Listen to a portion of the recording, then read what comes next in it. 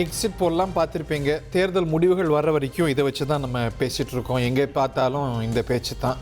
இது திணுசாக வந்திருக்கிறத பார்க்கின்றோம். 3 வகையாக கருத்து கணிப்புகள் வந்திருக்கிறது. ஒரு கருத்து கணிப்பு தாவேக ஆட்சி அமைக்கும்னு சொல்லுது. 2 கருத்து கணிப்பு அதிமுக ஆட்சி அமைக்கும்னு சொல்லுது. ஒரு 3-4 கருத்து கணிப்புகள் 4 if I'm not mistaken Dravida Munnetra Kazhagam ஆட்சி அமைக்கும் அப்படின்னு சொல்கிறது. 3 வகையிலையும் வந்திருக்கிறது. 3 பேரும் கொண்டாடுறாங்க. 3 தரப்பும் அது சரியாயிடுமோ இது சரியாயிடுமோ அப்படின்னு விவாதிக்கவும் செய்கிறாங்க. இந்த ஆதரவாளர்கள் கொண்டாடுவதும் அவங்க ஏற்காத கருத்து கணிப்புகளை புறக்கணிப்பதும் இல்லை விமர்சிப்பதும் நம்ம சமூக ஊடகங்கள்லையும் நம்ம வாழக்கூடிய சமூகத்திலையும் பார்த்துட்டு தான் இருக்கோம். இது கணிப்புகள் தானே தவிர முடிவுகளை, அதுவும் இவ்வளோ ஒரு காம்ப்ளெக்ஸான 5 கோடிக்கு மேற்பட்ட வாக்காளர்களுக்கு வாக்குரிமை இருந்து பலர் வாக்களித்து 4.5 கோடிக்கு மேலே வாக்களித்திருக்கக்கூடிய இந்த எலெக்ஷனில் ஒரு இந்த கருத்து கணிப்புகள் சரியாகவும் போகலாம், தவறாகவும் போகலாம். பட் இன்னைக்கு நமக்கு முன்னாடி இருக்கக்கூடிய நம்பர்ஸ் இதுதான். எந்த கருத்து கணிப்பு, எந்த எக்ஸிட் போல் மே 4 வெல்லும் அப்படிங்கிற கேள்வியோடு இணைந்திருக்கோம். நம்முடைய திரு ஜவஹர் அலி அவர்கள் இணைந்திருக்கிறார் அதிமுகவின் சார்பாக, திரு சைதே சாதிக் அவர்கள் திராவிட முன்னேற்ற கழகத்தின் சார்பாக, திரு சோமு அவர்கள் நம்முடைய இணைகிறார்கள். எந்த கருத்து கணிப்பு சார் வெல்லும் மே 4? யார் ஆரம்பிக்கிறீங்க? Who wants to go first? என்ன இவ்வளோ மக்கள் கருத்து வெல்லும். இல்லை, நீங்கள் எடுத்திருக்க கருத்து கணிப்புலாம் பார்த்தீங்கன்னா பெரும்பான்மை சேனல் தமிழ்நாட்டுக்கு சம்மந்தம் இல்லாத சேனல். நீங்கள் முதல்ல ஒன்று சொன்னீங்க, தாவேகா கூட ஆட்சி அமைக்கும்ட்டு ஒரு கருத்து கணிப்பு வந்திருக்குதுன்னு. அதனுடைய சேனல் இது, அதனுடைய தமிழ்நாட்டின் அதனுடைய நிலப்பரப்பு புவியியல் சார்ந்த அமைப்பு ஏதாவது தெரியுமா? மக்களுடைய எண்ண ஓட்டங்கள் தெரியுமா? அந்த சேனல் தமிழ்நாட்டில் யார்கிட்ட கருத்து கணிப்பு நடத்துச்சு, எந்தெந்த டிஸ்ட்ரிக்ட் போனாங்க, எந்தெந்த தொகுதிக்கு போனாங்க, எந்தெந்த யூனியன் போனாங்கன்னா எந்த தரவும் இல்லை. சரி, உள்ள நோண்டி போய் அவர் யாருன்னு பார்த்தா இவர் தான் 2024 தேர்தலில் மோடி 440 சீட்டு ஜெயிப்பார்னு சொன்னவர் தான். அவர் பேர் சேகர் குப்தான்னு நினைக்கிறேன். பிரதீப் குப்தா. சேகர் குப்தா ஒரு மூத்த மன்னிக்கணும், பிரதீப் குப்தா. அவர் தான் சொன்னார் இந்த நாடாளுமன்ற தேர்தலில் 440 இடத்தில் நரேந்திர மோடி வெற்றி பெறுவார் அப்படின்ட்டு. அப்புறம் 240க்குள்ளேயே சுருண்ண உடனே அதே நேரலையில் உட்காந்து அழுதார் அவர். என்னுடைய கணிப்பு பொய்த்து விட்டது, தப்பாக போயிடுச்சுன்ட்டு. ஆக நிலவரமே தெரியாததான் அந்த தாவேக ஆட்சியை பற்றி சொன்னது. 2வது பெரும்பான்மை சேனல் நீங்கள் சொன்னது, மீண்டும் திராவிட முன்னேற்ற கழகம் ஆட்சியை தக்க வைத்துக் கொள்ளும், முத்துவேல் கருணாநிதி ஸ்டாலின் முதலமைச்சராக தொடர்வார். அதில் 2 சேனல் பார்த்தீங்கன்னா தமிழ்நாட்டு சேனல் நினைக்கிறேன். இன்னைக்கு கூட சாணிக்கியா ஒரு கருத்துங்க. எக்ஸிட் போல்ஸ் வெளியிட்டிருப்பது எல்லாமே அகில இந்திய ஊடகங்கள், அதோடைய ஏஜென்சிஸ் தான் அப்படிங்கிறது பார்க்கலாம். அகில இந்திய ஊடகங்கள் வேற, அந்த ஊடகங்கள் தமிழ்நாட்டில் இருக்கிற அமைப்பு, அதை சார்ந்த செய்தியாளர்கள், அவங்க போன தொகுதிகள் அப்படி போயிருந்தாங்கன்னா இல்லை நம்ம இந்த ஊடகங்கள் அனைத்துமே இப்போ எக்ஸிட் போல் வெளியிட்டிருக்கக்கூடிய ஊடகங்கள் அனைத்துமே அவங்களுடைய ரிசோர்ஸஸை பயன்படுத்துறதில்லை. அவங்க ஒரு ஏஜென்சியை, அவங்க வழக்கமாக கருத்து கணிப்பு நடத்தக்கூடிய நிறுவனம், இல்லை இந்த முறை புதுசாக வந்திருக்கக்கூடிய சஃபாலஜிஸ்ட் செஞ்சு அந்த குழாம் தான். அதை தான் சொல்ல வருகிறேன். பத்திரிகைகள் கருத்து கணிப்பு நடத்திய பொழுது எந்தெந்த ஊருக்கு போனார்கள், எந்தெந்த தொகுதிக்கு போனார்கள், யார் யாருடைய வாக்கு அந்த கணிப்பு நடத்தினார்கள்லாம் புகைப்படமாக எடுத்து வெளியிடுவார்கள். அது நக்கீரனாக இருந்தாலும், ஜூனியர், எந்த பத்திரிகையாக இருந்தாலும், இவ்வளோ பேர்கிட்ட நாங்கள் கேட்டோம், இவ்வளோ விவசாயிகள்கிட்ட கேட்டோம், இவ்வளோ தொழிலாளர்கிட்ட கேட்டோம், இவ்வளோ மாணவர்கிட்ட கேட்டோம், இவ்வளோ இளைஞர்கிட்ட கேட்டோம், இவ்வளோ தொகுதிக்கு போனோம், தொகுதிக்கு இவ்வளோ பேர் பொட்டி வச்சோம், பேப்பர் கொடுத்தோன்னு ஒரு தரவுகளை கொடுப்பாங்க. ஆனால் நீங்கள் சொல்லுகிற இந்த சேனல்லாம் எதுவுமே தரவுகளே இல்லை. அல்லது கருத்து கணிப்பு அப்படி என்ன, நான் பகிரங்கமாக சொல்கிறேன், எல்லா கருத்து கணிப்பையும் மீறி திராவிட முன்னேற்ற கழக கூட்டணி 180 தாண்டும், எழுதி வச்சுக்கோங்க. ஓகே, உங்கள் நம்பிக்கை என்ன? இல்லை, அவர் கருத்து கணிப்பை கூட அவருக்கு சாதகமாக வந்த கருத்து கணிப்பெல்லாம் ஏற்றுக்கிறாரு. நீங்களும் அப்படி தான் பார்ப்பீங்க? இல்லை, அப்படி இல்லை. நாங்கள் பொதுவாகவே அந்த கருத்து கணிப்புங்கிறதே அது எப்பொழுதுமே அதிமுகவுக்கு எதிராக தான் கருத்து கணிப்புகள்லாம் போடுறது வழக்கமாக இருக்குது. அது 2011 அப்படி தான் பார்த்தாங்க. 2011 மீண்டும் கருணாநிதியுடைய ஆட்சி வரும்னு சொன்னாங்க பல கருத்து கணிப்பு நிறுவனங்கள். ஆனால் அது என்ன ஆச்சு, எதிர்கட்சியாக கூட வர முடியல. திமுகவுக்கு வெறும் 23 சீட்டு. 2016 கருணாநிதி 200 சீட்டில் வெற்றி பெறுவாங்கண்டாங்க. அது என்ன வரலைங்க, அம்மாவனுடைய அவர் 136 சீட்டில் வெற்றி பெற்றாங்க. அதே பிறகு 2021 திமுக 200க்கு மேலே 200+ சொன்னாங்க 2021. அதுவும் நடக்கலை. அப்போது இந்த கருத்து கணிப்போ இது ஒரு அந்த கருத்து காசுக்காக வேலை செய்யக்கூடிய கம்பெனிகள் நடத்தக்கூடிய இந்த கருத்து கணிப்புகளை நாங்கள் பெருசாக எடுத்துக்கிறதே இல்லை. ஆனால் அவர் எடுத்துக்கிட்டு சொன்னார், தாவேக்காவுக்கு ஒரு குத்து, திமுகவுக்கு ஒரு குத்துனது தான் அந்த அந்த என்னது இந்தியாவா, இந்தியா, ஏன்னா 2 பேத்தையும் ஈக்குவலாக போட்டு கொடுத்துருந்தாங்க. இந்த பொதுவாக இந்த கருத்து கணிப்புகள் இப்போ அதிமுக ஆதரவாக 7 கருத்து கணிப்பு சொல்லியிருக்கு, அதையும் நாங்கள் அதையும் நம்பலை. ஏன்னா நீங்கள் பார்த்தீங்கன்னா ஸ்பைக் மீடியா வந்து 120 127 கொடுத்துருக்கு, டைம்ஸ் நவ் ஜேவிசி வந்து 128 147 கொடுத்துருக்கு, CNN நியூஸ் 18 வந்து 114 124 கொடுத்துருக்கு, மேட்ரிஸ் கூட வந்து 110 வரைக்கும் கொடுத்துருக்காங்க, டெமோஸ் ப்ராஜெக்ட் வந்து 133 149 கொடுத்துருக்காங்க, ஆல் இந்தியா சேட்டலைட் சேனல் வந்து 190 வரைக்கும் கொடுத்துருக்காங்க, FT பாலிடிக்ஸ் வந்து 146 158 அனைத்து கொடுத்துருக்காங்க. அதையும் ஏன்னா மக்களுடைய தீர்ப்பை வந்து இந்த சேனல்களால் இவங்களை வந்து கணிக்க முடியாது.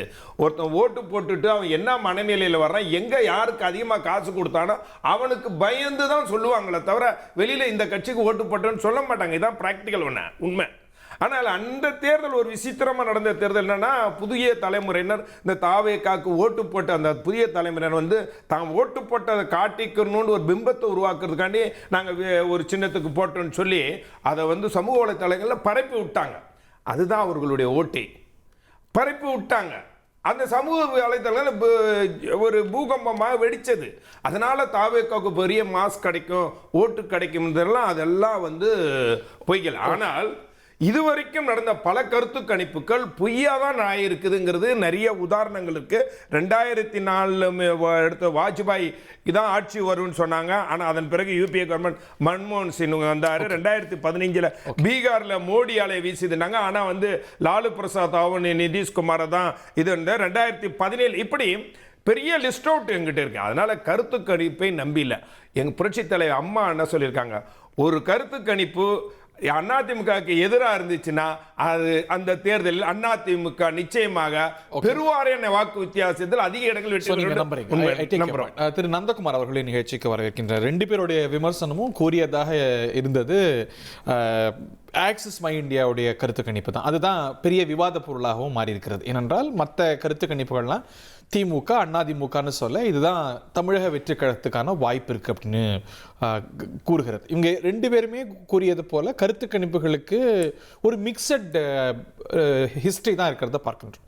சரியான தருணங்களும் உண்டு, தவறான தருணங்களும் உண்டு. அது தமிழ்நாட்டில் மட்டுமில்லை, அகில இந்திய அளவில் மட்டுமில்லை, அகில உலக அளவிலையுமே கூட நம்ம பார்க்கின்றோம். Not always been right. இந்த கருத்து கணிப்பு குறிப்பாக தாவேக்கா வெற்றி பெறும் சொன்ன கருத்து கணிப்பு பெரிய பேசு பொருளாக இருக்குது.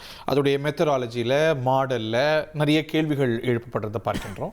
இன்னொரு தரப்பு இது வந்து பாருங்கள் நம்ம சுற்றி அந்த சத்தம் தான் கேட்குது, அதை ரிஃப்ளெக்ட் பண்ணுது. ஒரு சேஞ்சை பல கருத்து கணிப்புகள் ஆம் ஆத்மி வந்தபோது கணிக்கலை, அது போல தான் இந்த மொமெண்ட் அப்படிங்கிறாங்க. திரு Nandakumar, as the dust settles உங்கள் பார்வை என்ன?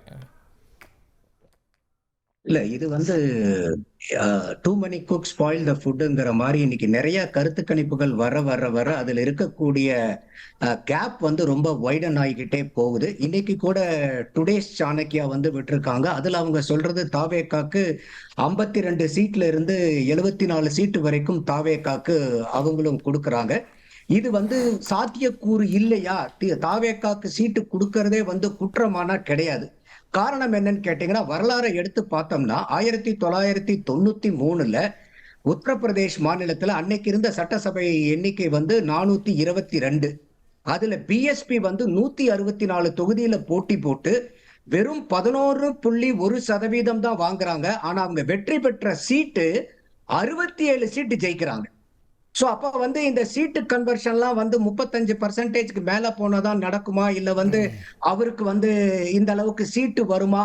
அப்ப வந்து ஒவ்வொரு கட்சிகளும் தனக்கு சாதகமா வரக்கூடிய கருத்து கணிப்புகளை ஏற்றுக்கொள்றதும் எதிராக வரக்கூடிய கருத்து கணிப்பை நிராகரித்துக்கிறதும் வந்து ஏற்புடையதில்லை. இப்ப எனக்கு என்ன ஒண்ணுனாக்கா, இந்த கருப்பு கணிப்புகள் எல்லாமே இது வரைக்கும் ஒரு 14-15 எக்ஸிட் போல் வந்திருக்கு. அதுல வந்து நான் என்னன்னா அந்த சீட் ஸ்பிரிட் எந்த அளவுக்கு போகுதுன்னு பாக்குறேன். இப்ப திமுகவுக்கு வந்து பாத்தீங்கன்னாக்கா சற்றேறக்குரிய குறைஞ்சபட்சம் 75 இருந்து 190 சீட்டு வரைக்கும் போகுது. அதாவது அதனுடைய சீட் ஸ்பிரிட் 115 சீட்டு கொடுக்குறாங்க. ஏடிஎம்கேக்கு 22 இருந்து 147 125 சீட்டு ஸ்ப்ரெட் ஆகுது. தாவேக்காக்கு 4 சீட்டுல இருந்து 120 சீட்டு வரைக்கும், அதாவது 165 சீட்டு 116 சீட்டு வந்து ஸ்ப்ரெட் ஆகுது. அப்போ இந்த அளவுக்கு வந்து ஒரு வைடன் ஸ்ப்ரெட் இருக்கும் போது அந்த இல்ல, அந்த வந்திருக்கக்கூடிய methodology pollsters பத்திய வந்து கேள்வி இயல்பா ஒரு வருது common இல்ல? இப்போ consensus இல்ல. கருத்து கணிப்புகளை தமிழ்நாட்டில் ஊடகங்கள்லாம் பார்க்கும்போது தொகுதி வாரியா போவாங்க. டி நகர்ல எவ்வளவு, சைதாப்பேட்டை எவ்வளவு அப்படின்னு தொகுதி வாரியா இந்த டிப்ஸ்டிக்கை செய்வாங்க. ஆனா இவங்க ஒரு ரீஜன் எடுத்துக்கிட்டு இல்லை ஒரு பொதுவா எடுத்துக்கிட்டு அந்த பர்சன்டேஜை சீட்டா மாத்துறதும் அது வந்து do you think இது தமிழ்நாடு மாதிரி ஒரு காம்ப்ளெக்ஸ் எலக்ட்ரேட்டில் do you think it really works? அதர்ஸ்ன்னு பார்த்தா இந்த எல்லா எக்ஸிட் போல்ஸ்லையுமே ஒரு கணிசமான நம்பர்ஸ் இருக்கும். இப்போ தாவேக்கா பற்றி பேசணும். தாவேக்காவை தாண்டியும் அதர்ஸுக்கு இந்த எக்ஸிட் போல்ஸ்லையும் சில கொடுத்துருக்குறாங்க. கடந்த காலங்கள்லையும் பார்த்துருக்கோம். அது ஒரு ப்ரொபோர்ஷனேட் ரெப்ரசன்டேஷனில் பர்சன்டேஜை சீட்டாக மாற்றலாம். பட் ஒரு நீங்கள் சொன்னது போல், நேற்று விவாதத்தில் சொன்னது போல், ஒரு ஃபாஸ்ட் போஸ்ட் சிஸ்டத்தில் அது யார் கூடுதலாக ஒரு ஓட்டு வாங்குறாங்களோ அவங்க தான் சீட்டு ஜெயிப்பாங்க. ஒரு ஓட்டு கம்மியாக இருந்தால் கூட அந்த ஒரு க்ளோஸ் ரேஞ்சில் தோக்குற வாய்ப்பு இருக்குது. ஸோ இந்த மெத்தடாலஜியே பொருத்தமானதான். நான் அதுதான் வந்து உங்களுக்கு ஒரு எக்ஸாம்பிள் சொன்னேன். பிஎஸ்பி 1993ல 11% 67 சீட்டு. அப்ப வந்து மேத்தமேட்டிக்கலா பாசிபிளானா, அரித்மெட்டிக்கலா பாசிபிளானா, எஸ் இட் இஸ் பாசிபிள். இப்ப வந்து நம்ம வந்து பார்க்க வேண்டியது வந்து இந்த ஓவரால் எக்ஸிட் போல்ஸ்ல வந்து பெரிய அளவுக்கு வந்து ஒரு எப்பயுமே வந்து நமக்கு வந்து ஒரு டைரக்ஷன் பார்ப்போம், மேக்னிட்யூட். நீங்க பிஎஸ்பி எக்ஸாம்பிள் சொல்றீங்க. 11% வாங்கி சீட் கன்வெர்ட் ஆனது. அதை தாண்டி மேல வாங்கி சீட் கன்வெர்ட் ஆகாத தேர்தல்களும் உண்டு தானே. 2004 எடுத்துக்கோங்க. தமிழ்நாட்டில் அதிமுக ஒரு சைசபிள் பர்சன்டேஜ் எடுத்திருக்கும். கன்வர்ஷன் 0. இல்ல, அதுதான் நான் சொல்ல வரேன். அப்ப மேத்தமேட்டிக்கலி எனிதிங் இஸ் பாசிபிள். இப்ப நம்ம இந்த எக்ஸ்ட்ரீமெண்டும் நடக்கும், அந்த எக்ஸ்ட்ரீமெண்டும் நடக்கும். அப்ப வந்து இப்ப விஜய் இந்த அவர்கள் மாடலே கட்சி சரியா வந்து அப்படிங்கிற கேள்வி இருக்குல்ல. பர்சன்டேஜ் சீட்டா மாத்திர மாடல் அப்படிங்கிறது வந்து அது வந்து ஒரு ஃபர்ஸ்ட் பாஸ் சிஸ்டத்துல அது வந்து பொருத்தமானதா? Do we even follow that? இல்ல, அந்த இடத்துல தான் வந்து செஃபாலஜிஸ்ட் வந்து நிறைய மிஸ்டேக் நடக்கக்கூடியது. நார்மலா என்ன பண்ணுவாங்கன்னா அந்த யூனிஃபார்ம் ஸ்விங் மாடல்னு எடுத்துருவாங்க. அது எப்படின்னா, சப்போஸ் போன தடவை எத்தனை பர்சன்டேஜுக்கு எத்தனை சீட்டு எடுத்தாங்க, இப்ப இந்த தடவை வந்து எத்தனை பர்சன்டேஜ் வந்து அவங்களுக்கு கேப் வருது, அந்த பர்சன்டேஜை எடுத்து யூனிஃபார்மா எல்லா தொகுதிக்கும் அப்ளை பண்றது. இப்ப இந்த இடத்துல தான் வந்து நம்ம வந்து ரீஜனலா, இப்ப ஏன்னா டெல்டா பிஹேவ் பண்ற மாதிரி உங்களுக்கு சவுத் பிஹேவ் பண்ணாது, சவுத் பிஹேவ் பண்ற மாதிரி நார்தர்ன் டிஸ்ட்ரிக்ட்ஸ் பிஹேவ் பண்ணாது, நார்தர்ன் டிஸ்ட்ரிக்ட்ஸ் ஒரு மாவட்டத்திலே ஒரு தொகுதி பிஹேவ் பண்ற மாதிரி அடுத்த தொகுதி பிஹேவ் பண்ணது இல்ல. ஒரு பகுதி பிஹேவ் பண்ற மாதிரி சேலம் வடக்கு ஓட்டு போடுற மாதிரி சேலம் தெற்கு ஓட்டு போடாது. ஒவ்வொரு பகுதிக்கு டி நகர் ஓட்டு போடுற மாதிரி சைதாப்பேட்டை ஓட்டு போடாது. ஒரு மனிதன் நான் ஒரு கான்ஸ்டிடியூன்சி போறதை விட ஒரு கான்ஸ்டிடியூன்சிக்குள்ளாரியே நீங்க 300 பூத் இருக்குன்னா ஒவ்வொரு பூத்தும் ஒவ்வொரு மாதிரி டைனமிக்ஸ் இருக்கும். ஆமா, நீங்க கான்ஸ்டிடியூன்சி கூட போக வேண்டியது அந்த காம்ப்ளெக்சிட்டிஸ் எல்லாம் இது ஃபேக்டர் இன் பண்ணுதா? இப்ப உதாரணத்துக்கு நீங்க சொல்ற இப்ப நம்ம இந்த தாவேக்காவுக்கு பெரும்பான்மை கொடுக்கிற போல்ல பார்த்தா பிராமின்ஸ் 9% போட்டிருக்காங்க. வன்னியர்கள் ஒரு அதோட குறைவான பர்சன்டேஜ் அவங்க ஃபேக்டர் பண்ணியிருக்காங்க. ஸோ ரிசல்ட் ஸ்டியூடா வரும் இல்ல. ஸோ ஒவ்வொரு கம்யூனிட்டிக்கும் ஒரு ஓட்டிங் ப்ரிஃபரன்ஸ் இருக்கு. அதை நீங்க சரியா ப்ரொபோர்ஷனேட்டா கொண்டு வரும்போது தானே எண்ட் ரிசல்ட் சரியா இருக்கும். அதாவது வந்து கார்பேஜ் இன் கார்பேஜ் அவுட். இது வந்து பாத்தீங்கன்னா ஒரு ஃபார்முலா, ஒரு ப்ராசஸ். பட் நீங்க அதுல என்ன ஃபீட் இன் பண்றீங்களோ அந்த ஃபீட் இன் பண்ணதுக்கு தகுந்த மாதிரி அவுட்புட் வரும். இப்ப நீங்க சொன்ன மாதிரி எக்ஸாம்பிளுக்கு ஒரு பிராமின் 9% வந்து ஒரு இல்லாத ஒரு நம்பரை போட்டீங்கன்னா இதனுடைய அவுட்புட் வந்து வேற மாதிரி இருக்கும். இருக்கக்கூடிய நம்பரை கொடுத்தீங்கன்னா கொடுக்கும். இப்போ நீங்க இந்த பர்சன்டேஜ் டு ஷீட் கன்வர்ஷன்ல தான் பெரிய ப்ராப்ளம் வர்றது வந்து என்ன. நான் அதான் சொன்னேன், உங்களுக்கு யூனிஃபார்ம் ஸ்விங் மாடல் எடுப்பாங்க. சில பேர் என்ன பண்ணுவாங்கன்னு கேட்டீங்கன்னா, ஏன்னா அது வந்து ரொம்ப ஃபாஸ்ட் மெத்தட். உடனே டக்குன்னு சுட சுட வடையை போட்டு சுட்டு உடனே சர்வ் பண்ணிடலாங்கிற மாதிரி உடனடியா எலெக்ஷன் முடிஞ்சோடனே டக்குன்னு எடுத்து நீங்க யூனிஃபார்ம் ஸ்விங் மாடல் அப்ளை பண்ணிட்டீங்கன்னா வேலை முடிஞ்சது. பட் இது வந்து கான்ஸ்டிடியூஷனலி லெவல் மாடலிங்னு இருக்கு. அது வந்து பாத்தீங்கன்னா ஒவ்வொரு கான்ஸ்டிடியூன்சியும் அவங்களுடைய டெமோகிராஃபி எப்படி இருக்குது, எக்கனாமிக்கல் ஸ்ட்ராட்டா எப்படி இருக்குது, ஒவ்வொரு பூத்தும் எப்படி இருக்கு, இதுல வந்து நீங்க இது எல்லாத்தையுமே வந்து நீங்க வந்து கன்சிடர் பண்ணணும்னா அதுக்கு தான் அந்த சாம்பிளிங்ல வந்து ஸ்ட்ராட்டிஃபைடு சாம்பிளிங்னு சொல்லுவாங்க. அந்த ஸ்ட்ராட்டிஃபிகேஷன் பண்றது எதுக்குன்னா, அவங்க எடுக்கக்கூடிய சாம்பிள் வந்து it should represent the exact population. அந்த எக்ஸாக்ட் பாப்புலேஷனை ரெப்ரசன்ட் பண்ற அளவுக்கு உங்களுக்கு சாம்பிள் இல்லைன்னா immaterial of the sample size there is no use of any result. Sir இது வரைக்கும் ஏதாவது ஒரு நிறுவனம் சாம்பிள் சைஸ் வந்து பெரிய லெவல்ல நடத்துறாங்களா சொல்ல முடியுமா? மொத்தமே உங்க கொடுத்திருக்குது மொத்தமே இப்போ நீங்கள் மேக்சிஸ் இந்தியாவா அது அவங்க கொடுத்துருக்குதே மொத்தம் 180 பேர்கிட்ட எடுத்ததா சொல்கிறாங்க. ஒரு தொகுதியிலேயோ ஒரு தொகுதியிலேயே 2 லட்சம் பேருக்கு 180 பேருக்கு எடுத்திருக்கதா சொல்றாங்க சார். இப்போ நம்ம வந்து தேர்தல் யாரும் நடத்துறது இல்ல. So there is only so much sample you can take. இல்ல சார், உலக அளவிலே கூட நீங்க அது ஆயிரங்கள்ல தான் எடுக்க முடியுது. ஆமா சார், அந்த சைஸ் வந்து போதுமானதா, அடிக்குவேட்டா அது ஆழமான விவாதம். அதாவது எக்ஸிட் போல பொறுத்த வரைக்கும் இது ஒரு என்டர்டெயின்மென்ட் தான், நேத்திக்குள்ள என்டர்டெயின். அது வந்து சோமு ஏத்துப்பாருன்னு நினைக்கிறேன். பட் ஆனா இதுல இந்த ஒரு திசை அது சில சமயங்கள்ல காட்டியிருக்குது. ஒரு எல்லா தருணங்களையும் தவறா போனதில்லை எந்த கருத்து கணிப்புமே. அது வந்து சரியான தருணங்கள் உண்டு, தவறான தருணங்கள் உண்டு. இது வந்து ஒரு திசை காட்டியா பார்க்க முடியாதா? நிச்சயமாக அதை பார்க்க முடியாது. அதுக்கு முன்னாடி என்னுடைய கணிப்பை சொல்கிறேன். டிவிக்கே வந்து அறுதி பெரும்பான்மை வாங்கும். எதுனா தமிழக வெற்றி கழகம் இல்லை, தமிழக வாழ்வுரிமை கழகம் கட்சி வேல்முருகனது. ஏன்னா ஆளாளுக்கு ஒரு இது சொல்கிறப்ப நம்மளும் ஒன்று சொல்லி வைப்போம். நம்ம தலைப்பே பார்த்தீங்க அப்படின்னா யார் வெல்வார்கள் அப்படிங்கிற கணிப்பு இல்லை, எந்த எக்ஸிட் போல் வெல்லும் அப்படின்னா. அந்த எக்ஸிட் போலே 5 வகையாக இருக்குது. அப்போ நம்ம ஒன்று புதுசாக ஒன்று சொல்லுவோமே அப்படின்னு. ஏன்னா இல்லைன்னா வந்து சுயேட்சை ஒருத்தர் முதலமைச்சர் ஆகிறாருன்னு கூட சொல்லலாம். ஏற்கனவே ஜார்க்கண்டில் ஆயிருக்கு, 1917 ஒடிசாவில் அப்படி நடந்தது அப்படின்னு. இப்போ என்ன அப்படின்னா சில சமயங்கள் நடந்திருக்குன்னு நீங்கள் சொன்னீங்கல்ல. இப்போ ஜாதகம் பார்க்குறப்பையும் சில சமயம் நடக்கும். ஆனால் ஜாதகத்தோடைய அடிப்படை என்னன்னா பூமியை வந்து சூரியன் சுற்றுறதுங்கிறது தான் அதோடைய அடிப்படை. அது அறிவியல் பூர்வமானது அல்ல, அது தனியாக பேசணும். அது அதே மாதிரி இது எக்கு தப்பாக நடந்துடும். தவறான கடிகாரம் கூட ஒரு முறை நாள்ல சரியா அருமையா சொன்னீங்க. சரியான பாது அது ரொம்ப கரெக்டான இது, சரியான உதாரணம் அது. அந்த மாதிரி அமையக்கூடியதான தவிர என்ன 2 முறை 2 முறை காட்டுமா? ஆமா, ரெண்டு தடவை சரியான நேரத்தை காமிக்கும். நன்றி நன்றி நந்தகுமார் சார். 2 முறை உண்மைதான் நந்தகுமார் சார் சொல்ற மாதிரி. அதனால இதனால அது அப்படிங்கிறது இல்லை. நம்ம என்னன்னா ஒரு காரணத்தால் தான் காரியமாகும். நம்ம ஒரு காரியத்தை வச்சுட்டு காரணத்தை தேடுறோம். அதாவது இந்த ஒரு எக்ஸிட் போலோ இல்லை அதுக்கு முன்னாடி எடுக்கக்கூடிய கருத்து கணிப்போ இது அறிவியல் பூர்வமானதே அல்ல. இப்போ நீங்கள் கிராமங்கள் பகுதியில் போனீங்கன்னா ஒரு குறிப்பிட்ட கட்சி செல்வாக்காக இருக்குன்னா அங்கே இருக்கக்கூடிய 4 பேர் ஒரு கட்சிக்கு சொல்கிறான்னு நீங்கள் ஜெயிக்க, அங்கே இருக்கக்கூடிய வெல்லக்கூடிய ஒரு கட்சிக்கு செல்வாக்கு இருக்கிற கட்சிக்கு 5வது ஆள் வேற ஒரு கட்சிக்கு ஓட்டு போடுறதாக இருந்தால் கூட வெளியில் சொல்ல முடியாது, சொல்ல மாட்டான். எதுக்கு நட்புக்குள்ள ஒரு இது, நம்ம ஓட்டு போடுறது போட்டுக்குவோம். ஸோ உண்மை வராது. அடுத்தது ஒரு பானை சோத்துக்கு ஒரு சோறு பதங்கிறது அக்ரணி பொருளுக்கு தான் ஒத்து வரும். நம்ம ரத்தமும் சதையுமா இருக்கிறோம், நம்ம மூளை சிந்திச்சுக்கிட்டே இருக்குது. அப்படிங்கிற ஒரு சூழலில் இன்றைக்கி எனக்கு பிடிச்ச ஒரு கட்சின்னு சொல்லி நான் வந்து சொல்லுவேன், ஆமாங்க இதுக்கு தான் ஓட்டு போட போகிறேன்னு. எனக்கு அடுத்த செகண்டோ இல்லை அடுத்த நாளோ கூட எனக்கு மாறும். அப்போ அதையும் நம்ம நம்ப முடியாது.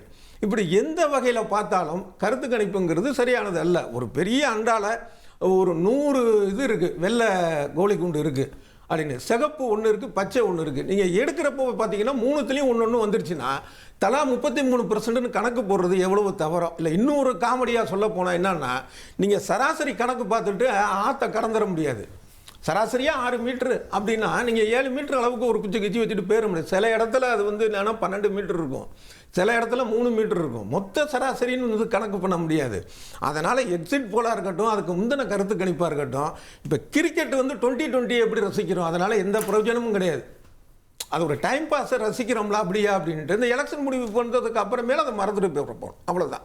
இல்லை குறைஞ்சபட்சம் இவங்க என்ன சரினா இத்தனை கோடி செலவு பண்ணி செஞ்சு ஒரு பெரிய வியாபாரமாக கருத்து கணிப்பை நடத்தி கொண்டு இருக்கிற நிறுவனங்கள் இருக்கிற ஒரு நாட்டில் இந்த தேர்தலுக்கு அப்புறமாவது இந்த கருத்து கணிப்பு தவறாக போனவங்க இருக்காங்கல்ல, ஏதோ தப்பிச்சு போயிருப்பாங்க சில பேர், எக்கு தப்பாக சரியாக இருக்கும் கிட்டத்தட்ட, அதை விட்டுருவோம்.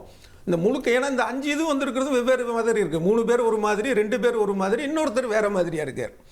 அப்படிங்கிறப்ப அவங்க தங்களுடைய கருத்து கணிப்பு ஏன் பொய்யாச்சு, ஏன் தவறாக போச்சு அப்படி. இப்போ அதுக்குன்னு வந்து அமெரிக்காலையும் பிரிட்டன்லையும் அந்த மாதிரி ஆய்வு நடத்துகிறாங்க. இல்லை சார், நீங்கள் பிரிட்டன்லையும் சரி அமெரிக்காலையும் சரி, இது வந்து இங்கே மட்டும் இல்லை. The studies have gone right gone wrong. இந்த யூஎஸ், இந்த யூரோப், இப்போ சமீபத்திய அமெரிக்க அதிபர் தேர்தல் எடுத்துக்கோங்க, ரொம்ப நெருக்கமான போட்டியாக தான் சர்வதேச ஊடகங்கள் ஐரோப்பியிலேருந்து பிபிசி மாதிரியாக பிபிசி செஞ்சான்னு தெரில, சீனனோட போல்ஸ் எல்லாம் கடும் போட்டியை தான் சொன்னாங்க. ஆனால் ட்ரம்ப் ஒரு வேவ்ல ஜெயித்து வந்தார் அப்படிங்கிறத பார்க்குறோம். So it is gone wrong internationally as well. சரியாகவும் வந்திருக்கு. அதை தான் மறுபடியும் சொல்கிறது, சரியாக வந்ததுக்கும் தவறாக வந்ததுக்கும் கருத்து கணிப்பு காரணம் அல்ல.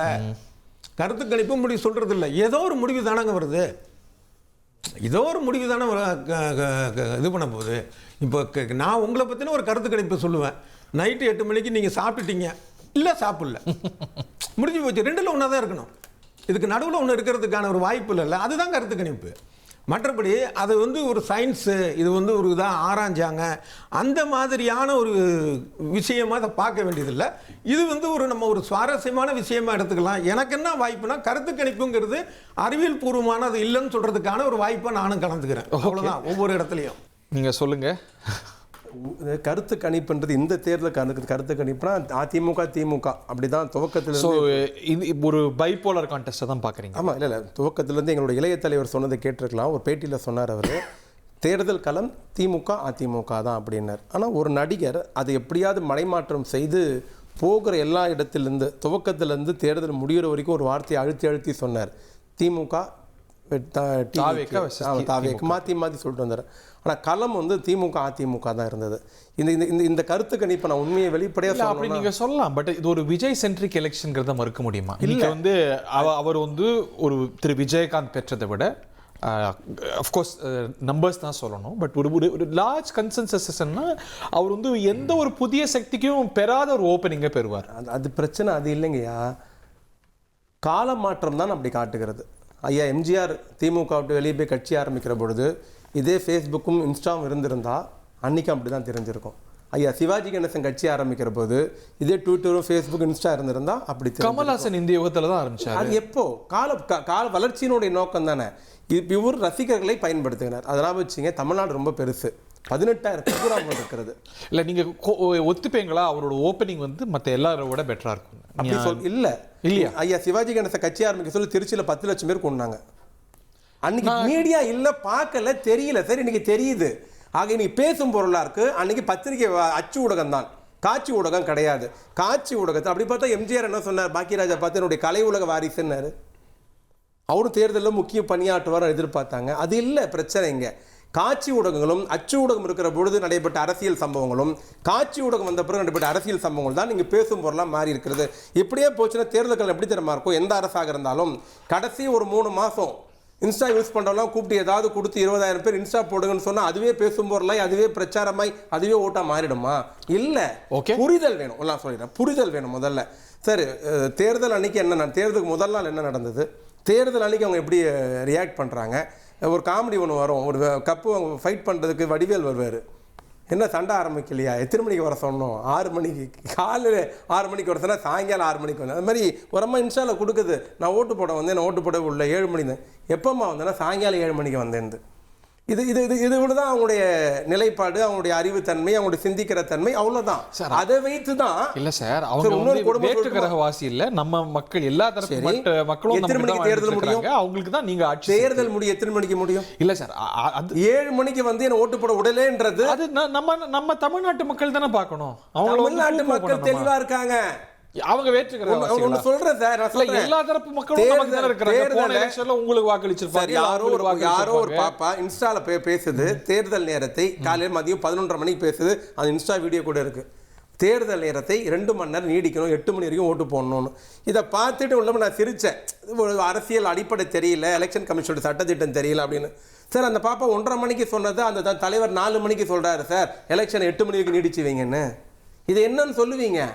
ஆக ஒரு ஏதாவது சமூக வலைத்தள மீடியா தான் பெருசா கட்டமைச்சு அந்த கட்சிக்கு ஒரு இது இருக்கிற மாதிரி காமிச்சது. ஒரு பைபோலார் ரேஸா தான் பாக்குறீங்க. திரு நந்தகுமார் அதை நீங்க பாக்குறீங்களா? திரு ஜவஹர் அலியும் அதான் கிட்டத்தட்ட சொல்ல போறாரு. இது வந்து திமுக அதிமுக போட்டி தான், இவங்க ஒரு இன்சிக்னிஃபிகன்ட் ஃபேக்டர், கருத்து கணிப்புகள் வேற மாதிரி சொல்லுது அப்படின்னு. களமும் அப்படிதான் சொல்லுமா? அப்படிதான் மே 4 சொல்லுமா? In your view? இல்ல, நான் ஆரம்பத்திலதே சொல்லிக்கிட்டு இருக்கிறது வந்து திமுக அதிமுக எந்த கட்சியா இருந்தாலும் டோன்ட் அண்டர் எஸ்டிமேட் விஜய். அப்ப விஜய் அண்டர் எஸ்டிமேட் பண்றது வந்து யார் அண்டர் எஸ்டிமேட் பண்றாங்களோ அவங்களுக்கு பாதகமா முடியும். ஏன்னா நீங்க உங்களுடைய எதிராளிகளை வந்து நீங்க ஓவர் எஸ்டிமேட் பண்ணினீங்கன்னா உங்களுடைய ப்ரிப்பரேஷன் இன்னும் நீங்க நல்லா உங்களை ப்ரிப்பேர் பண்ணிக்கலாம். ஆனா எதிராளி அண்டர் எஸ்டிமேட் பண்ணும்போது யூ வில் வீக்கன் யுவர் செல்ஃப். அதுல ஒரு யுக்தியை நீங்க பாக்கலையா? இப்போ அவங்க வந்து இன் பிரைவேட் அதுக்கு என்னென்ன ஏற்பாடுகளோ அதை தடுக்கிறதுக்கோ அதை எதிர்கொள்றதுக்கோ செய்வாங்க. இன் பப்ளிக் அவர் ஒரு பொருட்டு இல்லைங்க, நாங்க தான் மேஜர் ஃபோர்ஸ் இவங்க 2 பேரும் காட்டுவாங்க. As because they take public positions, பிரைவேட்டா அவங்க வந்து அண்டர் ப்ரிப்பேர்டா இருக்காங்கன்னு ஒரு பொருள் இல்லைல்ல. இல்ல, அதுதான் அப்சல்யூட்லி அதைத்தான் நான் சொல்ல வரேன். நான் அப்ப வெளியே இருந்தாலும் இப்ப கடந்த இந்த எக்ஸிட் போல் வர்றதுக்கு முன்னாடி ஒரு 2-3 நாட்களாக வந்து பாத்தீங்கன்னா திமுகக்கு ஆதரவா பேசக்கூடிய சில நபர்கள் வந்து சமூக வெளியில வந்து எந்த அளவுக்கு புலம்பி தள்ளி வாக்காளர்களை திட்டி தீத்தாங்கன்னு நம்ம வந்து பார்த்தோம். இவிஎம் மிஷினை டேம்பரிங் பண்ணிடுவாங்கங்கிற அளவுக்குலாம் கற்பனை உலகத்துல போனதெல்லாம் நம்ம பார்த்தோம். இப்போ அதே மாதிரி வந்து இப்போ டிவிகே வெர்சஸ் டிஎம்கேங்கிறது இப்ப சாதிக் அதை சொன்னாரு. கட்டாயம் வந்து இது விஜய் அவர்களுடைய நெரேட்டிவ் செட்டிங் தான், அதுல எனக்கு மாற்று கருத்து இல்ல.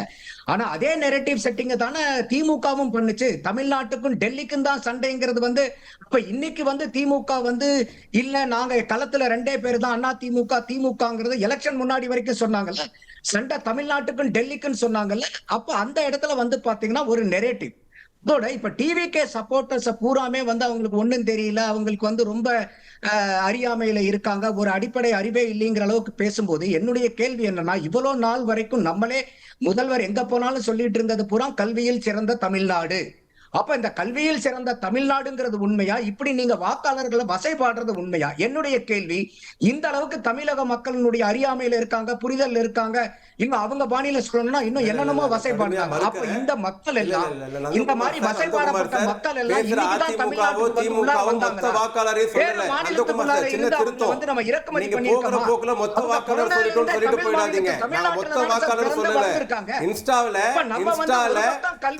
நடைமுறை தெரியாமல் பேசியவர் மட்டும் தான் சொல்லி இருக்கிறோம். எல்லாரையும் சொல்லல. இங்க அதிமுக யாரும் சொல்லலையே, நாம் தமிழர் யாரும் சொல்லலையே, வேல்முருகனை யாரும் சொல்லலையே. அவங்க தனித்தனியா தேர்தல் நின்னாங்க. சோசியல் மீடியா இருக்குது. அந்த சோசியல் மீடியால டிவிகே வந்து இன்ஃப்ளூயன்ஸ் இருக்கா? இருக்குது. இந்த சோசியல் மீடியா வெறும் தாவேக்காக்கு மட்டும் தான் அந்த கேட் இல்ல அவரோட விமர்சனத்தோட அடிப்படை திமுக பயன்படுத்துனது சார். அத இல்ல பெரிய அளவுக்கு பயன்படுத்துனது இல்ல. இன்னைக்கு தாவேக்கா வந்து அத பெரிய நந்தகுமார் சார் டிஎம்கேவை ஓவர்டேக் பண்ணிருக்காங்க. நந்தகுமார் சார் நீங்க விளையாடக்கூடிய எல்லைக்குள்ளாரியே அடுத்த நபரும் விளையாடணும்ங்கிறது எந்த விதத்துல நியாயம்? நந்தகுமார் சார் யாருக்காவது வந்து இல்ல இன்னைக்கு தமிழக வெற்றி கழகத்துல சோசியல் மீடியா எல்லாம் ஓபன் ஆயிருக்குன்னா சொல்லுங்க ஹரி.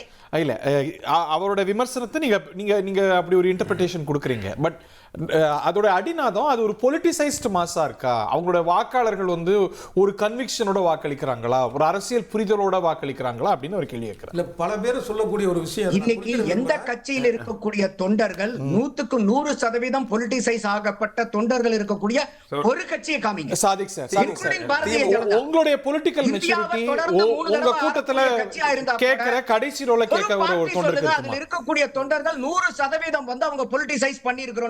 இப்ப இன்னைக்கு திமுக கூட்டத்தெல்லாம் வாழத்தார பிச்சுக்கிட்டு போனதை பாக்கலையா? சேர தூக்கி தலை மேல வச்சுக்கிட்டு போனதை பாக்கலையா? மீட்டிங்ல பிராண்டிய வச்சு சர்வீஸ் பண்ணதை பாக்கலையா? இதெல்லாம் உங்களை திமுகக்கு எதிராக நஞ்ச கக்க சொல்லலைங்க. நீங்க உங்க வழக்கமான பாணி எங்கேயும் பண்றீங்க. திமுக எதிராக விஷத்தை குடிக்க சொன்னா அதை நீங்க நல்லா குடிப்பீங்கன்னு தெரியும். இருங்க, உங்க வேலை இப்போ அதை பத்தி கேட்க சொல்லல. இது எல்லா கட்சியும் பண்ணிச்சு சார். பாத்ரூம்ல இருக்கிற பாத்ரூம் போற தண்ணி எடுத்து தாவேக்கா கூட்டத்துல குடிச்சாங்க, அது சொல்லுவீங்களா? விஜயோட கூட்டத்துல பாத்ரூம் டாய்லெட் தண்ணி எடுத்து குடிச்சாங்க, தெரியுமா உங்களுக்கு? அந்த தண்ணி நீங்க குடிப்பீங்களா சார்? இருங்க சார், பேச முடியுமா, கேட்க முடியுமா உங்களால? இதுதான் உங்க வேலை. உங்களுக்கு வேலைனா திமுக நஞ்ச கக்கணும், அதுதான் உங்களுடைய வேலை. டாய்லெட் தண்ணி எடுத்து விஜய் கூட்டத்துல குடிச்ச வீடியோ இருக்கு, பாக்குறீங்களா? என்ன பொதுவா இது எதை பேசணும், எதை பேசிட்டு இருக்கீங்க நீங்க? உங்களுக்கு பேச தெரியல, வாதம் பண்ண தெரியல, எதை பேசணும் அதை பேசுங்களா? வாழத்தாரு நான் உங்க சொல்லட்டுமா? ராஜேந்திர சோழன் இதெல்லாம் அரசியல் மயப்படுத்தப்பட்ட வார்த்தைகளா? இதெல்லாம் அரசியல் மயப்படுத்தப்பட்ட வார்த்தைகளான்னு கேக்குறேன். எதுக்கு எதை சார் பேசுறீங்க? சரி, எதுக்கு எதை சார் பேசுறீங்க? நீங்க பேசுறது எதுமே கேட்கல. எதுக்கு எதை பேசுறீங்க நீங்க? முதல்ல கட்சிக்குமே நான் 100% எந்த கட்சிக்குமே இருக்கக்கூடிய அரசியல் பாயிண்ட் டேக்கன் சார். நான் பேசிட்டீங்க சார். ஒரு சார் ஒரு நிமிஷம் அலமிட்டு மாட்டேன். நீங்க பேசினேன்னா நான் உங்களை பேசவே விட மாட்டேன். இல்ல நீங்க பேசுறது கேட்க விட மாட்டேன். இந்த லாஜிக் உங்களை விட எனக்கு நல்லா தெரியும்.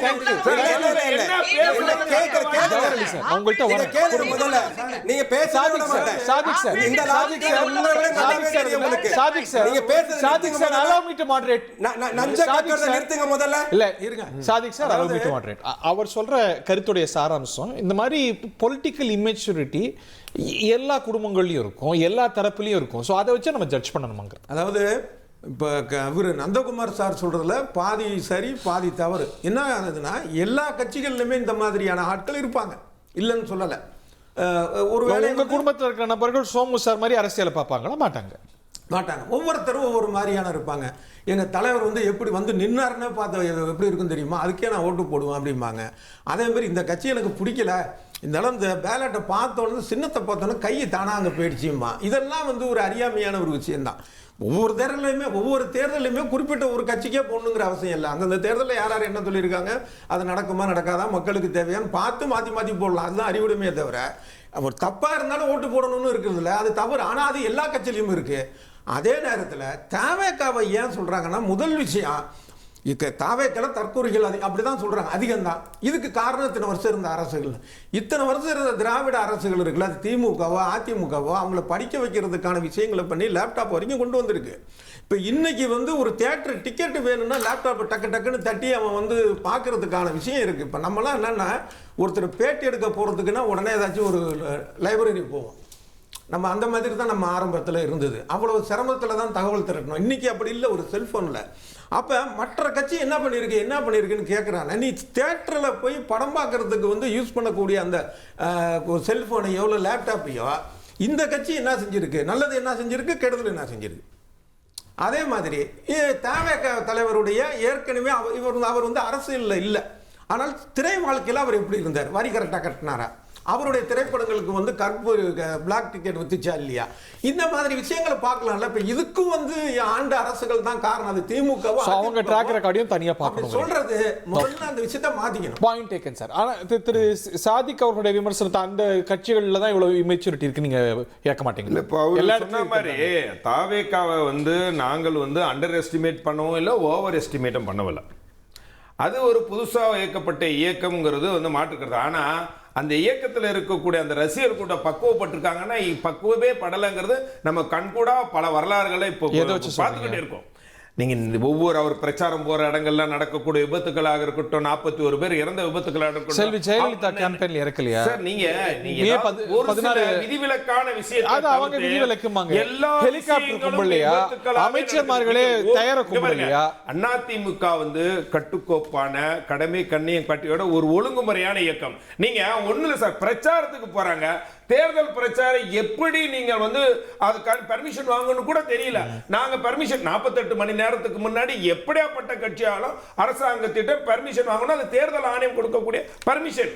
அதை கூட தெரியாம எங்களுக்கு பெர்மிஷன் வந்து இன்னும் கிடைக்கல, நாங்க நேர்த்தி கொடுத்தோம். இதெல்லாம் வந்து புதுமையானது. ஏன்னா அவர்களுக்கு வந்து என்னன்னா, இது ஒரு ரசிகர் பட்டாளம், பக்குவப்படாத கூட்டமாக இருக்குது இவர்கள். அதனால வந்து இவர்கள் அரசியல் களத்தை வந்து இவர்கள் வந்து என்னமோ சாதனை. சார், இது வந்து இந்த ஒரு ஆச்சரியமான ஒரு தேர்தல் முடிவு வரப்போறோம்னு சொல்றாங்க நம்மள. இது வந்து களத்தில் நீங்க வந்து உண்மையிலே இருந்தீங்கன்னா தான் இது ஆச்சரியமான முடிவுக்கு இருக்கும். ஓட்டுக்களை பிரிப்பீங்க, அவ்வளவுதான். நீங்கள் அதிகமா பிரிப்பாங்கன்னு நினைக்கிறீங்களா, அவங்க ஓட்டு அதிகமா பிரிப்பாங்கன்னு நினைக்கிறீங்க? திமுக ஓட்டுகள் தான் பிரியறதுக்கு நிறைய வாய்ப்புகள். ஏனென்றா ஏற்கனவே சிறுபான்மை மக்களுடைய ஓட்டுகள் திமுகவுக்கு அதிகமாக கிடைச்சிக்கிட்டு இருந்தது. அதுல வந்து முஸ்லிம்களாக இருக்கட்டும், கிறிஸ்தவர்களாக இருக்கட்டும், நான் சிறுபான்மை இஸ்லாமிய பெண்களும் இஸ்லாமிய இளைஞர்களுடைய வந்து அந்த தாவேக்காவுக்கு ஓட்டு போட்டதா மாதிரி அந்த இதை நிறைய பார்க்க ஆரம்பிச்சேன். அப்போ அவர்களுடைய ஓட்டுக்கு. இரண்டாவது பட்டியலின சமூகம். ஏன்னா சார், இது பொதுவாவது அது ஒரு எல்லா பிரிவினரும் இருக்கக்கூடிய ஒரு ரசிகர் கூட்டம் எல்லாத்திற்கும். ஆனால் பட்டியலின சமூகத்திலும் இருக்கக்கூடிய இது வந்து ஏற்கனவே திமுகவுக்கு ஆதரவான ஒரு நிறைய கூட்டம் இருந்தது. அந்த இது வந்து பிரியுதுனால இந்த பாதிப்பு பாதிப்பு அதிகமா திமுகவுக்கு தான். இன்னொன்னு ஒண்ணே இல்ல சார், நம்ம ஸ்பீச்சஸ் ஆச்சு பண்ணோம். You can debate with each other. வழக்கமா எல்லா விவாதத்திலையும் திமுக எதிராக நஞ்சா கக்கற மாதிரி இந்த விவாதத்திலையும் நந்தகுமார் அவர்கள் திமுக அவரோட பேசி முடிச்சிட்டீங்க. இவரோட பேசி நான் நஞ்சா கக்கி இருக்காரு. ஒன்று சொல்லிடுறேன். ரசிகர்கள் அப்படின்னா அண்ணா சூர்யாவுக்கு ரசிகர்கள் இருக்கிறாருங்க. அவர் அகரம் ஃபவுண்டேஷன் நடத்தியிருக்காரு. 8000 பேரை பட்டதாரி ஆக்கியிருக்காரு, இன்ஜினியர் ஆக்கியிருக்காரு, 2 பேரை டாக்டர் ஆக்கியிருக்கிறாரு. அவரும் ரசிகர்கள் தான். ஐயா கமலஹாசன் ரசிகர்கள் இருக்கிறாங்க, ரஜினிகாந்த் ரசிகர்கள் இருக்கிறாங்க, தனுஷ் ரசிகர்கள் இருக்கிறாங்க. அவங்கெல்லாம் கூட ரசிகர் தாங்க. இவர் வச்சுட்டு தான் ரசிகர் தான். ஆனால் நடத்துக்கிற முறை தான் இங்கே பிரச்சனையாக இருக்குன்றோம். 2 திராவிட கட்சி தானே இருந்தது, அவங்க ஒழுங்குபடுத்திருக்கலாமே. ஆமாம், 5 ஆண்டுகள் ஆட்சியில் நான் முதல்வன் கொண்டு வந்தோம், பல பேரை பல இடத்துல கை தூக்கி விட்டுருக்கிறோம், 10 லட்சம் லேப்டாப் கொடுத்துருக்க. கொடுமை என்ன தெரியுமா? இதை பண்ணவெல்லாம் அடிமட்ட முட்டாள் கிடையாது. பள்ளிக்கூடத்துக்கே போகாத அந்த வேலை பண்ணானா? இல்லை, நல்லா படிச்ச பட்டதாரி, ஐடியில் இருக்கிறவன், லேப்டாப் யூஸ் பண்றவன், பெரிய பொறுப்புல இருக்கிறவன், நல்லா சம்பாதிக்கிறவன் தான் இந்த மாதிரி கீழ்த்தரமான வேலையெல்லாம் பண்ணி இன்ஸ்டால் வெளியிட்டாங்க. மாத்துவோம், அந்த பொறுப்பு எங்களுக்கு இருக்கு, அந்த பொறுப்பு எங்களுக்கு இருக்கு. நிச்சயமா வருங்காலத்தில் அதையே மாத்தி அவர் என்ன சொல்றாரு, விஜய் வாக்கு பிரிப்பாரு, ஆனா உங்க வாக்கு தான், உங்க கோர் ஓட்டர்ஸ் தான் கூடுதலா எடுப்பாரு. நம்ம பேசுறப்போ சொன்னாரு சிறுபான்மை ஓட்டுகளை திமுக கிட்ட இருந்து பிரிச்சிருவாரு. ஏன்னா சிறுபான்மை ஓட்டு திமுக கிட்ட தான் இருக்குன்னு முதல்ல அதிமுக ஒத்துக்கொண்டதுக்கு நன்றி. இந்தியாவில் 24 கோடி முஸ்லீம் இருந்தாலும் தமிழ்நாட்டில் இருக்கிற இஸ்லாமியர்களை போல் தெளிவான நீங்க பார்க்கவே முடியாது. எந்த பிரச்சனை வந்தாலும், அதாவது பாரதிய ஜனதா நேரடியாக இஸ்லாமியருடைய மார்பில் குத்து கட்சியாக இருந்தால் அதிமுக முதுகுல ஒரு கட்சியாக தான் தமிழ்நாட்டில் இருந்திருக்கிறது. அது இங்கே இருக்கிற இஸ்லாமியர்கள் நல்லாவே புரிஞ்சுக்கிறாங்க. அது ஈகா தியேட்டரில் இந்து முன்னணி ஆரம்பிக்க போட்டிருந்தாலும் சரி, மண்டைக்காடு கலவரமாக இருந்தாலும் சரி, பாபர் மசூதி இடிக்க போட்டிருந்தாலும் சரி, மதமாட்ட தடை சட்டம் வந்த போதும் சரி, இல்லை இப்போ இவங்க ஆட்சியில் எடப்பாடி இருந்தபோது என்ஆர்சி சிஏஏ அந்த சட்டமாக இருந்தாலும் சரி, இப்போ நிறைவேற்றப்பட்ட வக்ஃப் போர்டு சட்டமாக இருந்தாலும் சரி, எந்த இஸ்லாமியருக்கு எதிராக கொண்டு வரப்பட்ட எந்த களமாக இருந்தாலும் இஸ்லாமியருக்கு ஆதரவாக நின்ற இயக்கம் திராவிட முன்னேற்ற கழகன்றது இன்னைக்கு இருக்கிற அச்சு ஊடகத்திலும் சரி, காட்சி ஊடகத்திலும் சரி, இன்னைக்கு இருக்கிற இஸ்லாமியர்கள் நல்லாவே புரிந்து வைத்துக் கொண்டிருக்கிறார்கள். இங்கு ஓட்டு பிரிந்தால் அல்லது ஓட்டு உடைந்தால் அது யாருக்கு சாதகமாக போய் முடியும்ன்றதையும் தெளிவானவர்கள் தமிழ்நாடு இஸ்லாமிய பெருமக்கள். அதே புரிதலும் அறிவும் கிறிஸ்தவ பெருமக்களுக்கு இருக்கு. நல்லா கவனிக்கணும். எவ்வளோ ஒரு மோசடித்தனமான அரசியல் தலைவர் பாருங்க. மரியாதைக்குரிய நான் ஒரு 6-7 வருஷம் இருக்கும்னு நினைக்கிறேன், பாஜக மூத்த தலைவர் எச் ராஜா ஒரு படம் பிரச்சனை வருகிற போது ஜோசப் விஜய்ன்னு சொல்றாரு. முதல் அந்த பேரை சபையில் பயன்படுத்தினவர் பாஜக தேசிய தலைவர் ராஜா தான். அந்த ஜோசப் விஜய்ன்னு சொல்லுகிற பொழுது அவங்க அன்னைக்கு மக்கள் இயக்கம் அமைப்பு வச்சிருந்தாங்க, அவங்க எதிர்ப்பு தெரிவிச்சாங்களே தவிர விஜய் கிட்ட இருந்து ஒரு வார்த்தை வரல. விஜய் வெளியிட்டாரு அந்த லெட்டர் பேட்ல சி ஜோசப் விஜய் ஆமாங்கிற துணியில தான் கொடுத்தாரு. அதுக்கு வெவ்வேறு காரணங்கள் சொல்லப்பட்டது. பயன்படுத்தணும், இப்ப ஏன் இதை சொல்லணும், இதெல்லாம் கேள்வியா வந்தது. அவர் விஜய்னு கூப்பிடக்கூடாதா, அவர் மதத்தை அடையாளப்படுத்தணும், அதெல்லாம் கேட்ட பொழுது மௌனமாக இருந்தவர்கள் இன்னைக்கு கிறிஸ்தவ பெருமக்களுடைய ஓட்டு வாங்கணுன்றக்காக அவர் ஒரு வேஷம் போட்டார். நானும் அப்படிதானே, எனக்கு ஓட்டு போடலான்ட்டு. ஆனா ஞாபகம் வச்சுங்க, முதல்ல ரொம்ப தெளிவா சொல்லி வேஷம் சொல்றீங்க, எது வேஷம் இல்லை நீங்க சொல்றீங்க, புரிஞ்சுக்க இல்ல. அதாவது இதுக்கு முன்னாடி கொரோனா வந்து 2015 வெள்ளம் வந்தது, 20 மாதம் கொரோனா வந்தது, இந்த ஆட்சியில் 2 வெள்ளம் வந்தது. குறிப்பாக ஒரு நடுவில் ஒரு வெள்ளம் கன்னியாகுமரி, தென்காசி, திருநெல்வேலி மிகப்பெரிய வெள்ளம் வந்தது. ஐயா, அப்போல்லாம் இந்த இடத்துலலாம் கிறிஸ்தவ பெருமக்களே இல்லையா? எந்த சர்ச்சுக்கு நீங்க போனீங்க? எந்த தொண்டு நிறுவனத்துக்கு உதவி செஞ்சீங்க? யாருக்கு 1 கிலோ அரிசி கொடுத்தீங்க? எந்த கிறிஸ்தவனை அரவணைச்சீங்க? இன்னைக்கு பேசுற நீங்க இந்த பாதிப்பு வந்த போல எந்த இஸ்லாமியனுக்கு உதவி பண்ணீங்க? எந்த தமிழ்நாட்டு மக்கள் உதவி பண்ணி? இல்ல சார், இதுதான் வேஷம்னு சொல்றோம். அதாவது அவர் சொன்னது எனக்குன்னா, தனக்கு தேவையான முஸ்லிம்களை வாக்கு வங்கியா பயன்படுத்தக்கூடிய திமுக. நான் சொல்றேன், அதாவது முஸ்லீம்களுக்கு உலமா ஓய்வூதியமாக இருக்கட்டும், அதே மாதிரி நோன்பு கஞ்சி அரிசியாக இருக்கட்டும், காகிதம் இல்லத்து பேரில் மணிமண்டபமாக இருக்கட்டும், ஐதர் அலிக்கு மணிமண்டபம், இல்லை காகிதம் இல்லத்து மாவட்டமாக இருக்கட்டும், எத்தனையோ திட்டங்கள் செய்தது அதிமுக. முஸ்லிம்களுக்கு இது வரைக்கும் ஒரு செய்தது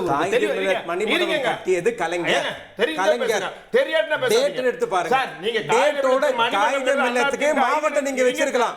மணிமண்டபம் கட்டியது கலைஞர், கட்டினது மவுண்ட் ஸ்பென்சருக்கு பக்கத்துல இருக்கிறது. இல்ல சார், நான் சொல்றது ஒன்னு சொன்னீங்க, தெளிவா சொல்லுங்க. ஒரு நிமிஷம், அவரு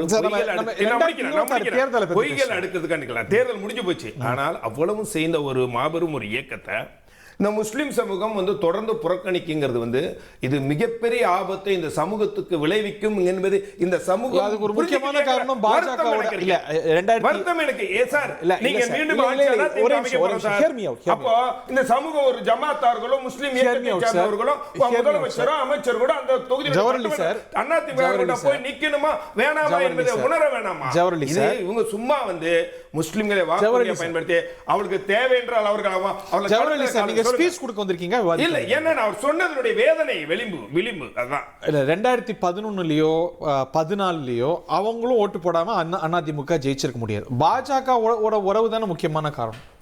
இல்ல, அது நீங்க சார், நீங்க திமுக பிஜேபியோட கூட்டணி வைக்கலையா? 4 எம்எல்ஏக்களை உருவாக்கலையா? அந்த சமயத்துல அந்த விமர்சனம் அவங்க மேல நீங்க 2000 சார் 2021லயும் 2024ல பிஜேபி கூட்டணியில இருந்தோமா?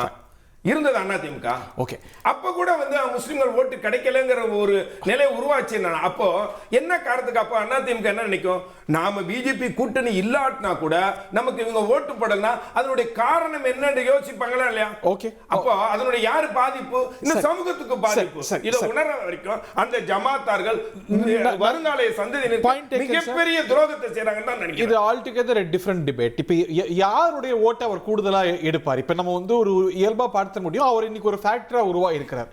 அவர் அதிமுகவுடைய கோர் ஓட்ஸ் இல்ல அதிமுகவுக்கு போக வேண்டிய ஓட்டை நிறைய எடுத்தார்னா திமுக வெற்றி பெறும், கிவன் சில கருத்து கணிப்புகளோட மாடல்ஸை பார்க்கும்போது. இல்லை அவர் வந்து திமுகவுடைய கோர் ஓட்ஸ் தான் அதிகமாக எடுக்கிறாருன்னா அதிமுகவுக்கு வாய்ப்பு இருக்கு அப்படின்னு ஒரு புரிதல் இருக்கு. திரு நந்தகுமார், திரு விஜய் யாருடைய ஓட்ஸை ஜாஸ்தி பாதிப்பார்னு நினைக்கிறீங்க இன் யோர் வியூ? இப்ப விஜய், அதுக்கு வந்து நம்ம விஜயனுடைய ஓட்டர் ப்ரொஃபைலை எடுத்து நம்ம வந்து அனலைஸ் பண்ணணும். அந்த ப்ரொஃபைலை செக்மெண்ட் பண்ணும்போது 80% ஆஃப் விஜய்ஸ் ஓட்டர் ப்ரொஃபைல் யாருன்னா யூத், மகளிர், சிறுபான்மையினர், SC/ST. இந்த நாளும் வந்து இன்னைக்கு பிரதானமா இருக்கிறது வந்து திராவிட முன்னேற்ற கழகத்திட்ட இருக்குது. பெண்களுடைய வாக்கு வங்கி சற்றேறக்குறைய பாதிக்கு பாதி அதிமுக சைட்லயும் இருக்கு. அப்போ வந்து இந்த பெண்கள்னு வரும்போது வந்து பாத்தீங்கன்னா பிரதானமா 2 அதிமுக திமுக சைட்ல இருந்தும் எடுக்கிறதுக்கு வாய்ப்பு இருக்கு. இளைஞர்கள், சிறுபான்மையினர், SC/STங்கும் போது பிரதானமா அது வந்து திமுக சைட்ல இருந்து எடுக்கிறதுக்கு வாய்ப்பு இருக்கு. ஏன்னா இதுதான் நம்ம வந்து அந்த similarity of voters profile between the பார்ட்டிஸ்ன்னு பார்க்கும்போது டிஎம்கேக்கும் டிவிகேக்கும் ஒரு சிமிலாரிட்டி வந்து எமர்ஜ் ஆகிறதா நம்மளால பார்க்க முடியுது. ஸோ அப்போ வந்து to answer your question, TVK வந்து மேஜரா வந்து டிஎம்கேனுடைய ஓட் ஷேரை எடுப்பாரு. அதிமுகவை எடுக்காம இருக்க மாட்டார். அதிமுக சைடுல அந்த பெண்கள்னு சொன்ன பாருங்க, அந்த பெண்கள் அந்த கான்ட்ரி ஆர்கியூ பண்ணலாம். ஒரு சென்ட்ரிஸ்ட் ஃபோர்ஸா எல்லா ஐடியாலஜியும் எடுத்துக்கிட்டு கோவிலுக்கும் போயிட்டு பெரியாரையும் போற்றிக்கிட்டு அவர் வந்து ஒரு ஏடிஎம்கே உடைய ஃபோர்ஸ் தான் எடுக்க பார்க்கிறார். திமுக வெர்சஸ் அதிமுகன்னு சொல்லிட்டு எம்ஜிஆரையும் போஷிச்சுட்டு அதே போல அதிமுகல இருந்து ஏகப்பட்ட எக்ஸ்ராக்களை இன்னைக்கு கேண்டிடேட்ஸ் ஆக்கிட்டு அவர் ஏடிஎம்கே ப்ரொஃபைல தான் அவர் எடுக்க பார்க்கிறார். ஏடிஎம்கே உடைய ஸ்பேஸ் தான் எடுக்க பார்க்கிறாருங்கிற வாதத்தையும் வைக்க முடியும் தானே? அந்த மாதிரி வாதம் இருக்கு. அது திமுக சார்ந்தவங்க எல்லாரும் அந்த வாதத்தை முன்வைக்கிறாங்க. பட் நம்ம வந்து பாத்தீங்கன்னா அந்த ஓட்டர் ப்ரொஃபைலிங்க தான் நான் பாக்குறேன். இப்ப வந்து இன்னைக்கு வந்து பிரதானமா இருக்கக்கூடியது இளைஞர்கள் வந்து எனக்கு தெரிஞ்ச சமீப காலமாக அதிமுகவுடைய voting pattern by and large அதோட ஹிஸ்டரியில் எம்ஜிஆர் காலத்திலும் ஜெயலலிதா காலத்திலும் அந்த தலைமை மேல ஈர்க்கப்பட்டு அந்த தலைமைக்காக போடுற ஓட்டு அந்த பேட்டர்ன் தான் அவர் எடுக்க பார்க்கறாரு. ஒரு லீடர் சென்ட்ரிக் பார்ட்டியா எமர்ஜ் ஆக பார்க்கறாரு. சோ இல்ல இப்ப அதிமுக காரங்க கிட்ட வந்து ஒரு இப்ப செங்கோட்டையன் அவர்கள் வந்து ஜெயலலிதா அங்க போய் அவருடைய பாக்கெட்ல வந்து அந்த போட்டோவை வச்சிருக்கும் போது உடனே அவர் கூட இருக்கிறவங்க பூரா அவருக்கு ஆதரவா இருந்த அதிமுக காரங்க பூரா விஜய் கிட்ட போயிட்டாங்கன்னு உடனே போற்ற மாட்டாங்க. நான் அதனாலதான் சொல்றேன், இந்த பெண்கள் வாக்கு இந்த நான் சொல்றது விஜய் எத்தனை சதவீதம் வாக்கு எடுத்தாலும் அதுல 80% இந்த 4 பக்கெட். அதுல அதிமுகவுக்கு பெருத்தளவுக்கு சேதாரம் வந்து அந்த பெண்கள் சார்ந்த வாக்குல வந்து அதிமுகவுக்கு சேதாரம் வர்றதுக்கு வாய்ப்பு இருக்கு. ஆனா இன்னைக்கு இளைஞர்கள் வந்து பெரிய அளவுக்கு அதிமுகவை பின்தொடர்ந்து போனதை சமீப காலமாக நம்ம பார்க்கல. சிறுபான்மையினர் வந்து நம்ம 2024 தேர்தல்களிலே வந்து நமக்கு பெருசா வந்து அவங்க சைட்ல 2021 இருந்தே சிறுபான்மையினருடைய வாக்கு வந்து அந்த கட்சிக்கு வந்து போகல. அதே மாதிரி இப்ப SC/STயும் வந்து அண்ணன் திருமாவளவன் அவர்கள் அங்க இருக்கிறனால பெரிய அளவுக்கு வந்து SC/STனுடைய ஓட்டை வந்து திமுக கன்சாலிடேட் பண்ணிட்டு இருந்தாங்க. அப்ப இந்த 4 பக்கெட்ல ஒரு பக்கெட் வந்து பாராபட்சம் இல்லாம திமுக அதிமுக கிட்ட இருந்து உடைப்பாங்க. மீதி இருக்கக்கூடிய 3 பக்கெட் வந்து பாத்தீங்கன்னா பிரதானமா திமுக ல இருந்து உடைப்பாங்க. இப்ப வந்து அப்படிங்கறீங்க எந்த அளவுக்கு அவங்க தக்க வைக்க போறாங்க, எந்த அளவுக்கு எடுக்க ஒரே ஒரு பாயிண்ட். எஸ் சுருக்குமா sir, running out time. Yes இப்ப வந்து சாதிக் வந்து இப்போ நம்ம வந்து ரியாலிட்டியை சொன்னோம்னா உடனே வந்து நம்ம திமுக பத்தி பேசறோம்னு சொல்லுவாங்க. பட் இல்லாட்டி அவர் திருப்பி கேட்பார், வாய்ப்பு கேட்பாரு. சோ நம்ம விட்டு இல்ல அதான் இப்ப இன்னைக்கு வந்து முஸ்லிம்களுக்கு வந்து காவல் அரணா இருக்கிறவங்கன்னு பாக்கும்போது இன்னைக்கு டிஎம்கே வந்து they have fielded only 3 Muslim candidates in the election. It will spark another debate. கூட 5 பேரை நிறுத்தி இருந்தாங்க. எனக்கு அதுக்குள்ள அப்ப வந்து இன்னைக்கு அரசியல் பவர் கொடுக்கணும் இல்லையா, பொலிட்டிக்கல் பவர் கொடுக்கணும் இல்லையா அந்த சமூகங்களுக்கு, அதுதான வந்து ரியல் எம்பவர்மென்ட். ரைட் கேப்போம். Somu sir, you the last word. அதாவது வந்து 80% பெண்கள் இங்கே ஆதரவு இருக்கிறாங்க, பட்டியலினத்தில் இத்தனை பெர்சன்டேஜ் இருக்கிறாங்க. இதெல்லாம் எந்த அடிப்படையில் பல பேர் சொல்கிறது சரி, நந்தகுமார் சாரும் இல்லை பல பேர் சொல்கிறாங்க. இது தேர்தலுக்கு அப்புறமும் இந்த மாதிரி விவாதங்கள் நடக்கும். இவங்க தான் போட்டாங்க. அதுக்கு தேர்தல் ஆணையம் இனிமேல் என்ன பண்ணிடலாம்னா வெளிப்படையா வந்து அதை அறிவிச்சிடலாம். அதுக்கு ஒரு இது பண்ணிட்டு எவ்வளவு பெண்கள் வாக்களிச்சிருக்காங்க, ஒருத்தருடைய உயரம் கருப்பா சிகப்பா இப்படி பாத்தீங்கன்னு வச்சுங்களா, நம்ம அதை வச்சு ஜாலியா விவாதம் பண்ணலாம். சிகப்பா இருக்கிறவர் இத்தனை பேர் வந்து இந்த கட்சிக்கு போட்டாங்க, அதாவது கருப்பா பயங்கரமா இருக்கிறா கை அப்படின்னு ஒரு காமெடி, ஒரு வடிவேல் காமெடி அந்த மாதிரி. அதனால இதுக்கான எந்த வித அடிப்படையுமே இல்லாம பல பேர் வந்து பேசுறதுங்கிறது இல்ல சார். ஒரு கட்சி ஒரு முடிவுக்கு வரணும்ல, அது ஒரு அதுமே பிரிசம்டிவ் அசம்டிவ் மாபு மென்டாலிட்டியாவே வந்து அதை பண்ணிடுவாங்கன்னு சொல்ல முடியாது. எந்த கம்யூனிட்டியுமே மோனோலித் கிடையாது. ஒண்ணு இன்னொன்னு இவர் வந்து இஸ்லாமியர்களுக்கு என்ன பண்ணாரு, கிறிஸ்டியனுக்கு என்ன பண்ணாரு அப்படிங்கிற ஒரு கேள்வி இருக்கு விஜய். இதுல முக்கியமான விஷயம், அவர் சார்ந்த சினிமா துறையில் நடக்கிற பிரச்சனைக்கு அவர் வந்து எதுவுமே தலையிட்டது கிடையாது, உதவி செஞ்சது கிடையாது. ஒண்ணு. அடுத்தது இந்த சர்ச்சுக்கு போகிறான், இதுக்கு மசூதிக்கு போகிறங்கிறதுலாம் ஒரு பக்கம் இருக்கட்டும். இப்போ போன டிசம்பர் 25 அன்னைக்கு இந்தியா முழுக்க பல இடங்களில் வந்து கிறிஸ்மஸ் தாத்தா வேடம் போட்டவங்கலாம் அடித்தாங்களே, அதுக்கு ஒரு குரல் கொடுத்தாரா? திருப்பரங்குன்றம் பிரச்சனைக்கு வந்து ஒரு குரல் கொடுத்தாரா? இந்த மாதிரி எதுவுமே இல்லாமல் ஒரு மண்டி போட்டு நடக்கிறதுனாலையும் நான் என்ன சொல்கிறேன்னா, அவருக்கு வாக்கு இவ்வளோ வரும் அவ்வளோ வருங்கிறதுலாம் நான் போகல. ஆனால் அந்த வாக்குக்கான தகுதி அவருக்கு இருக்கிறதான்னு ஒரே உதாரணம் எம்ஜிஆர் இதில் கூட்டத்தில் நடந்த விஷயமா சொல்லுவாங்க. என்னன்னா, அங்கே ஒருத்தர் ஆர்வம் மிகுதியினால வந்து எல்லாரும் நீ இங்கே போ அங்கே போய் எம்ஜிஆர் பேசிட்டு இருக்கிறாரு. அப்படி தொண்டர் ஒருத்தர் இவன் இப்படி போ அப்படி ஏதோ ஒரு நிர்வாகி அப்படின்னு ஒரு உணர்ச்சி மிகுதியில் பண்ணுவாங்கல்ல மேனேஜ் பண்ணாலேன்ட்டு கொஞ்சம் எக்ஸ்ட்ரீமாக போதுன்னொன்னா ஆளை விட்டு கூப்பிட்டு உன்னை தலைவர் வந்து பக்கத்திலே உட்கார சொன்னோன்னா பெருமையாக வந்து உட்காந்துட்டார். என்ன அப்படின்னா, இவரால் தொல்லை அந்த கூட்டத்துக்கு அதை தடுக்குது. இவருக்கு 1008 எண்ணங்கள் இருக்கும் தவிர அந்த கூட்டத்தை மேனேஜ் பண்ணணும், அதை ஒருதை கவனிக்கிறது. ஸோ ஆனால் இது வரைக்கும் என் பின்னாடி வராதிங்க, அது ஒரு பெண்ணு பேசுது, அக்கா தங்கச்சியா இருப்போம், பொண்டாட்டியா இருப்போம், கொண்டு போறீங்க, எதுவுமே வந்து சொல்லாத நேரம் இல்ல. ஆளுக்கு 10 வினாடிகள். 2006ல இருந்து 11 வரைக்கும் இந்த ஆட்சி திமுக ஆட்சியில நில அபகரிப்புகள் சட்டம் ஒழுங்கு பிரச்சனை பாதிப்பா இருந்தது. அதே நிலைதான் 2021ல இருந்து 26 நிலையும் சட்டம் ஒழுங்கு மிகப்பெரிய பாதிப்பு. இதை எல்லாம் உணர்ந்துதான் இந்த மக்கள் ஓட்டு போட்டிருப்பாங்க. சுருக்கமா 10 செகண்ட்ஸ் புதுவாதம் அந்த நடந்த பாதிப்பு அடுத்த 5 ஆண்டுகள் ஆட்சி ஏன் கோட்டை விட்டு வேடிக்கை பார்த்தது? சட்ட நடவடிக்கை ஏன் வேடிக்கை பார்த்தது? அப்ப அவங்க கையாலாகாத ஆட்சின்னு சொல்லலாம். மே 4 வரைக்கும் ஜாலியா இருக்கு சார் எல்லாரும். நன்றி, வணக்கம்.